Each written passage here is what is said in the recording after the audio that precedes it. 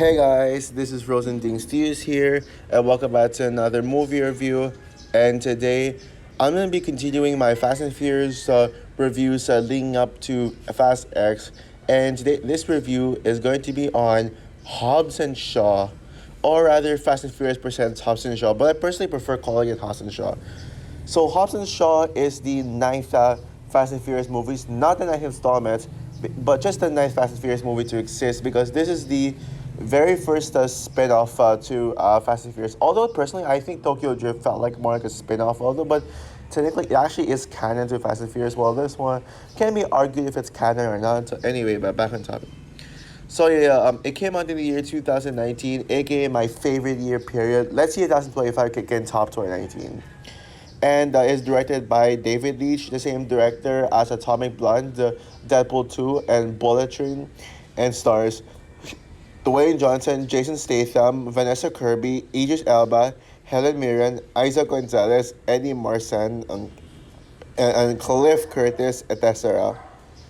So, Hobbs and Shaw tells a story of two frenemies, or rather rivals, who are pretty much who have their day to day lives, but their daily lives are interrupted by being forced to work together to be able to extract the virus, or take that to extract the virus that it is being taken by this new villain named Brixton who wants to use it to wipe out half the universe. Yeah, I know.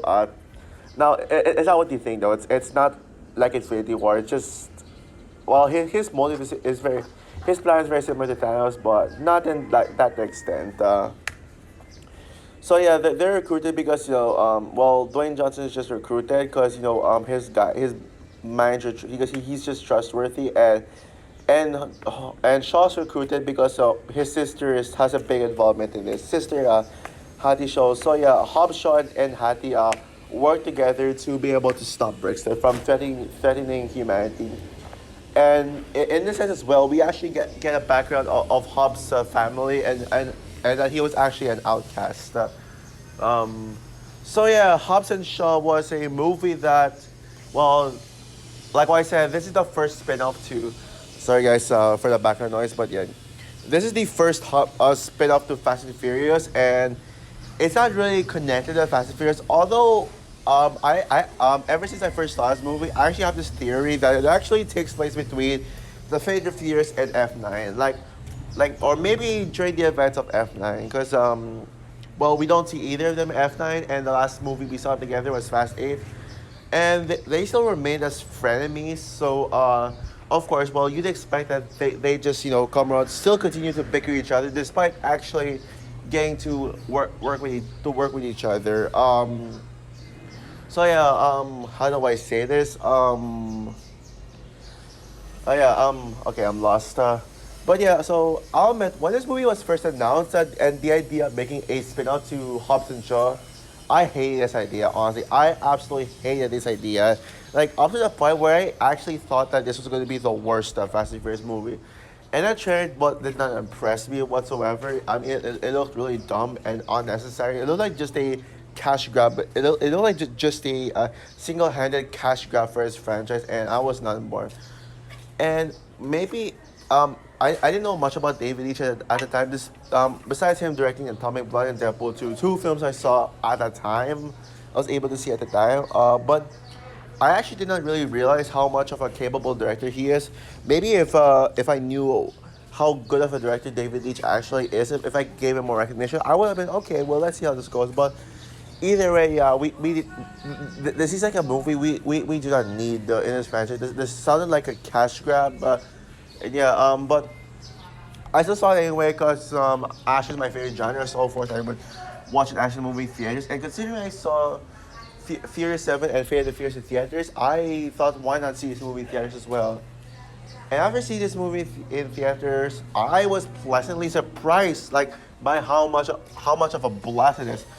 Now I'll admit, I had a pretty terrible theatrical experience. I've told the story multiple times about how how underwhelmed I was by the experience watching it. Just Well, the full story is I forgot my jacket. I went to a cinema that's not very good looking, by the way. Very cold, like one of the coldest theaters like I've ever seen. It's like ice cold. And so yeah, I was freezing cold. I had to like walk out to the movie several times to get warm, and then when I feel warm enough, I go back in. So yeah, it was.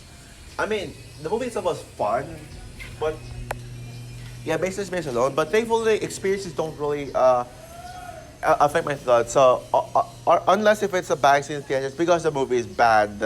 But yeah, Hobbs.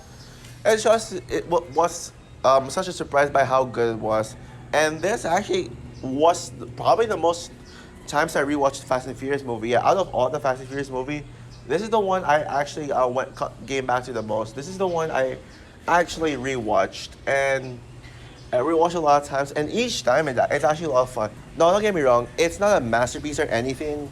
It's not even my favorite Fast and Furious movie. I know there are people who I actually like really like this film. There's it does have some haters, but most people I know actually really like this movie, and they put it as among their favorite Fast and Furious movies. And I gotta say, yeah, this is definitely one of my favorite Fast and Furious movies. Besides the peak era of Fast and Furious, which is 5, 6, and especially 7.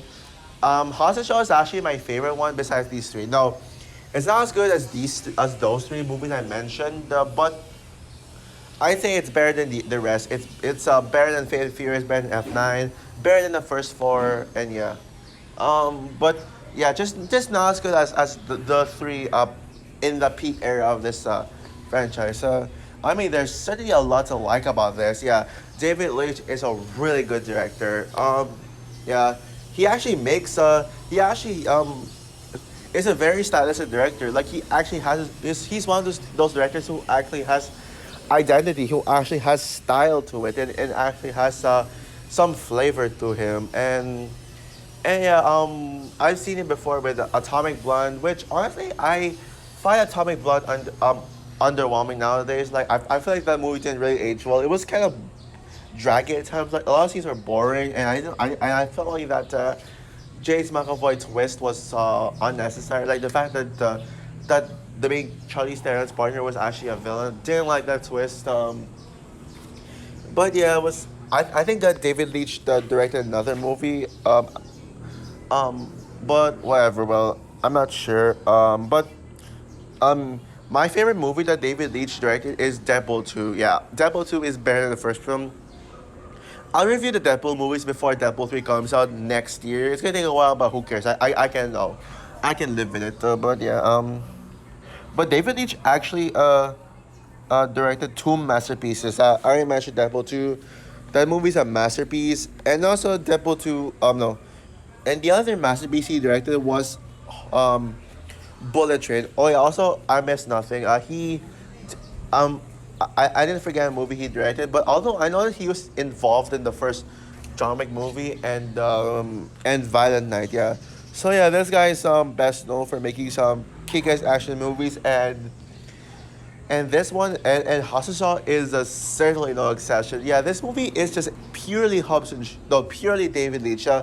And this movie does not feel like a Fast and Furious movie, although there is some Fast and Furious vibes to it. But this feels like more of a Fast and Furious movie than a Dave. No, this feels more like a David Leitch movie than a Fast and Furious movie.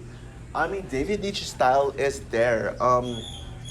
The style is there. I mean, you got the way that the action is shot, it's filmed and choreographed. That is and directed. That is entirely David Leitch. And even one thing you should know, but we all should know about David Leitch is that he actually makes cameos. Like he actually makes cameos, which I was.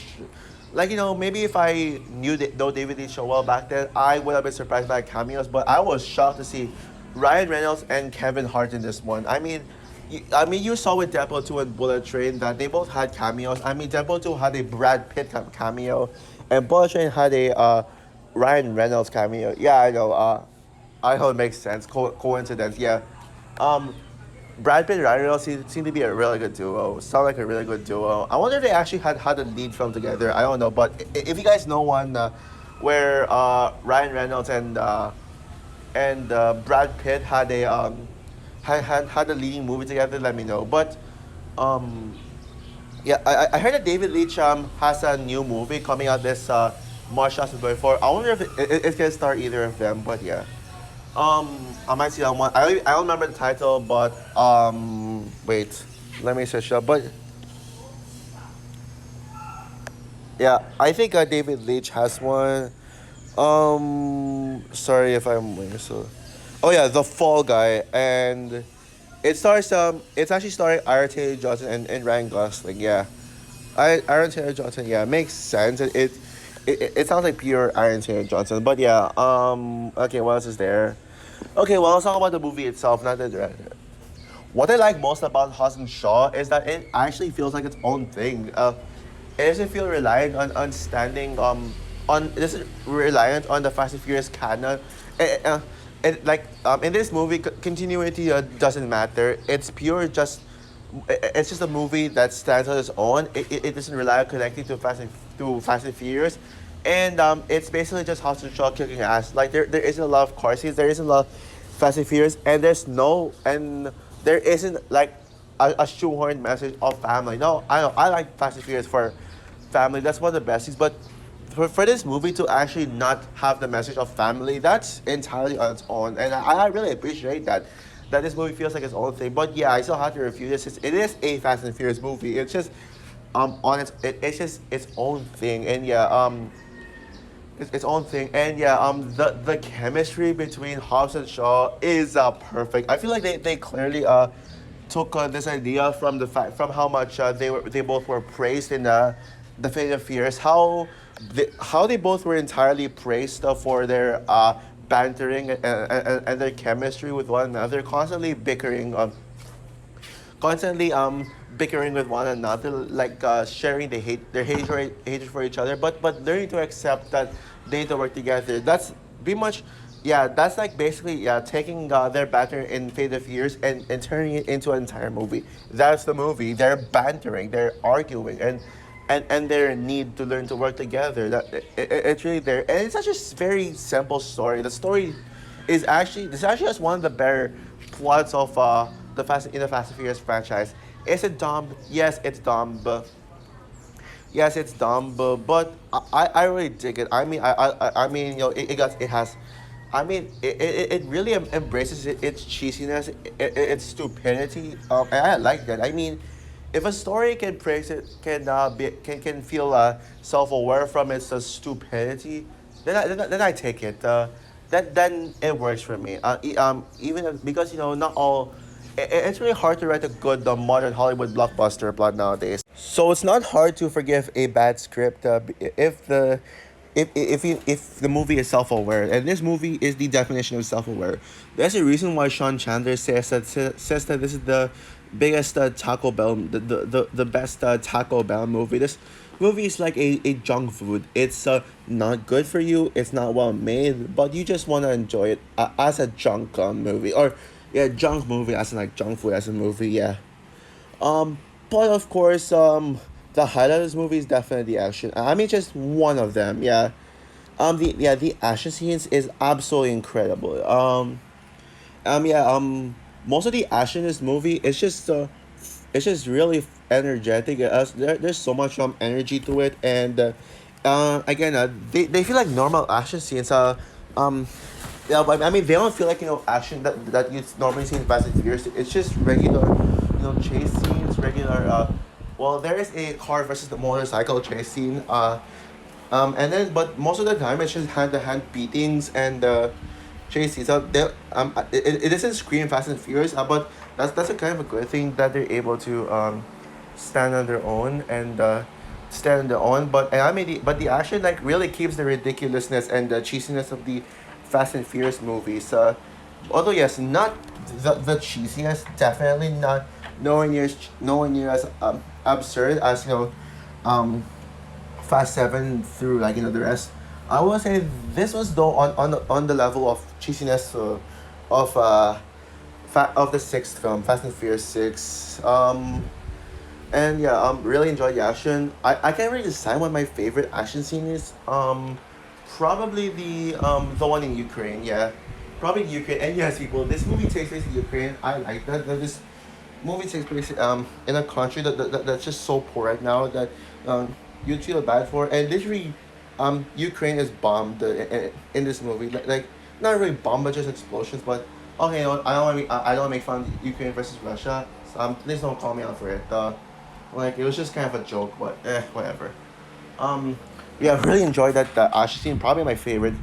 And of course, well, actually, what I take that back. That my true favorite actually is actually the final battle when I mean, this is where the movie starts to get extremely goofy.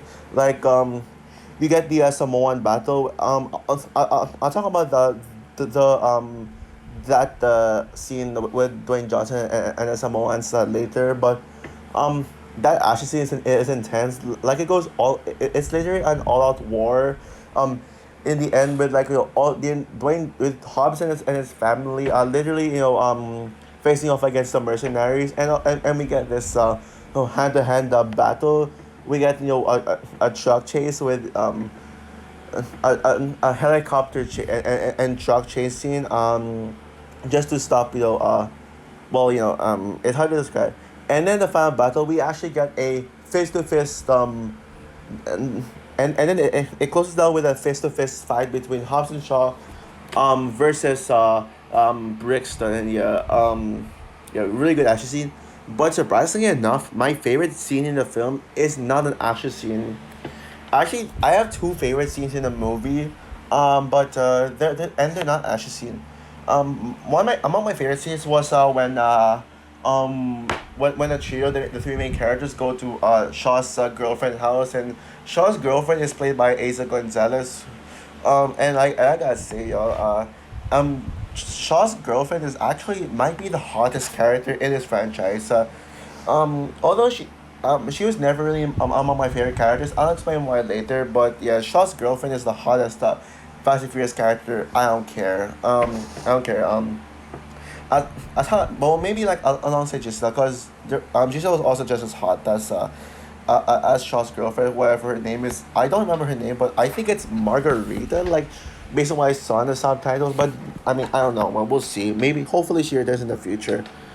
But my personal favorite scene in the film has to be Hobbs. Hobbs has to be like somewhere in the beginning of the movie where we see Hobbs and Shaw their personal daily lives, their morning routine, where like we see this split screen of Hobbs and Shaw, like what they do in the morning. And yeah, Shaw is more professional, has a more professional, while Hobbs well, I mean, you can already see the I mean, I will just say that Hobbs's morning routine already tells you how goofy this movie is gonna be. Hobbs literally cooks Hobbs literally eats coffee and drinks egg. Like he cracks eggs, and puts them in a bottle and drinks them. Yeah, and then just takes a spoon, and then scoops the coffee with his spoon for eating, and then eats it. Yeah, that's pretty much the goofiness and absurdity that this movie is trying to set up. Well, Shaw's morning is basically just well, he cooks egg, he drinks coffee. I don't remember seeing him drink coffee. Or was that orange juice, whatever. He cooks egg professionally. Yeah, he's surprisingly a good cook. Like it makes me hungry. Seeing that makes me hungry.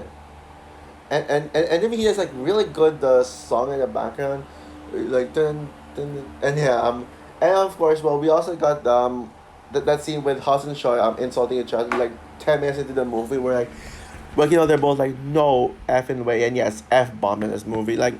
But and seeing them both insult each other, like it was just hilarious. And yeah, this is probably the funniest Fast and Furious movie. I mean, the comedy is just perfect, and I was like laughing all the way through. Now, I wasn't laughing as far as I've rewatched this movie multiple times. I will admit though, this I wasn't laughing at this movie as much as I did the first time, but it still like feels like the funniest Fast and Furious movie. And yeah, Brixton is one of the better Fast and Furious villains. Now, I know I've always criticized Fast and Furious villains, but thank God in this movie there's no villains to criticize. Thank God for that. I'll admit, Fate of the Furious, I actually never mentioned this, but as much as I praise Cypher, her goons are pretty bad. And yeah, there were actually some flaws in the Fate of the Furious I forgot to mention, like how Owen Shaw being in it felt kind of unnecessary in my opinion. But in this one, Brixton is the only villain. Like there isn't another side villain. Well, besides his goons, and they're really good. Like he's really good. I mean, yeah, sure, he's a cheesy villain. He has no motivation, but it doesn't matter. He's such an entertaining villain. Idris Elba really gives a very energetic performance. Like, and I love that he says so many cheesy stuff. Like like I'm Black Superman, and also how do I say this and he actually turns into a machine later on in the film, like halfway through, and yeah, and he's really powerful. He's probably the most powerful. He might be the strongest character in the franchise. Like you really question how are Hobbs and Shaw gonna defeat him, and yet you question how they're gonna defeat him, and that's what pretty much makes a good villain. But the standout of this movie is without question Vanessa Kirby's Hattie Shaw.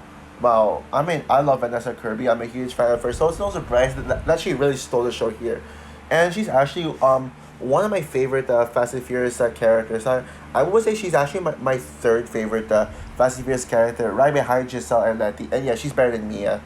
It sucks that well, I'll have to think about it actually. Who do I prefer, Hattie or Mia? Well, yeah, she isn't as good here as in Mission Impossible. I guess probably that's why she doesn't really come into the franchise often because she's busy with Mission Impossible.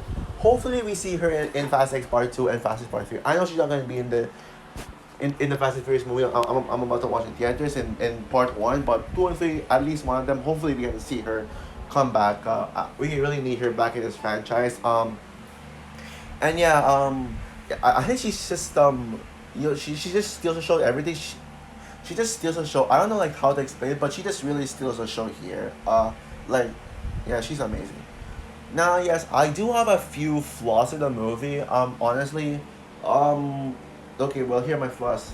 There are some boring scenes. There was like not all the scenes are fun. Like it's not one of those films that's fun from start to finish. There were some boring scenes there, like scenes that I was just bored at that I just didn't care about.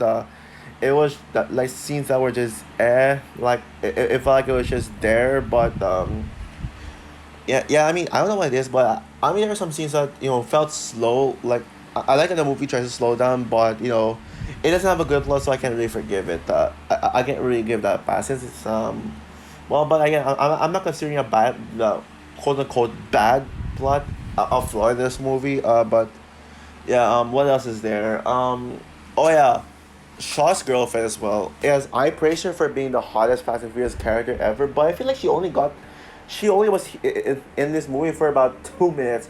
2 minutes of this movie. Like, why didn't we get more of her in this one? Yeah, we need more of her. Yeah, seriously, we need more of her. And also, like, and oh yeah, but not really a flaw, but I forgot to talk about Hobbs. Hobbs as a family. I feel like they should have explored it more. I like how that they explore Hobbs as a family, like who his family is and why he's not really he doesn't really come to like see them often. Why we don't see them throughout the franchise and why he doesn't really talk about them. But I feel like we kind of needed more development from them. Like, but that's pretty much all my flaws. They're not really big flaws. So overall, Hobbs and Shaw was such a pleasant surprise. This and Shazam are probably tied as the most surprising movie of 2019. I would say Shazam is slightly better, but this one is really good as well. Like, this sounds like a cash grab idea, but I mean, it's done really well and ended up being in my top 5 of favorite Fast and Furious movies. It's a lot of fun. It's self-aware. It knows it's dumb, and it definitely needed to be for some summer blockbuster entertainment. Like the chemistry between Hobbs and Shaw is really good. Hattie is one of the best Fast and Furious characters, like in general, and this movie has some really good action as well, and a good villain. Yes, even though there were some boring scenes, like not all scenes were good. Now there were some dull moments in here, but all in all, yeah. Also, I didn't think that this movie is too long. I know there's some people say that this movie is too long. No, I don't think it's too long. I think the runtime is justified, but maybe like those dull moments could have been just better. Maybe more entertaining. like put the laughs in them or something. So like I said, I'm gonna give Hobbs and Shaw a 9 out of 10. Would I give it an 8 out of 10? But honestly, I can't really think of much flaws in this one. So I'll just say a low 9 out of 10. So, yeah, maybe like right now, this is not as good as Fast Five and Six. But honestly, someday I actually might think about putting this as my second favorite Fast and Furious movie, second only behind Furious Seven. But I'll have to think further on that one. Right now, I prefer Fast Five and Six. But no, definitely no Furious Seven. Certainly. So also for my view of Hobbs and Shaw, we need a more Fast and Furious spin-off. Like we need a Hobbs and Shaw sequel. Hopefully we get more of Shaw's girlfriend, Asa Gonzalez. And a spin-off that I actually want, a Fast and Furious spin-off that we need is Fast and Furious presents Han and Giselle. Yeah, we need that movie. Han and Giselle. That will be an awesome movie. Like yeah, maybe like you'll have it take place between Fast Five Fast Five and Fast and Furious Six. So yeah. So also for my like what is your opinion on Hobbs and Shaw? Do you agree with me that this movie was a surprise, was surprisingly fun and you really enjoyed, or do you not care about this movie? And do you think that we need more Fast and Furious as spin-offs like Han and Giselle? Comment down below, like, subscribe, hit the notification bell, and stay tuned for my review on F9, the final Fast and Furious movie I'm reviewing leading up to Fast 6. And also more trailer reactions on your way. So yeah, bye guys.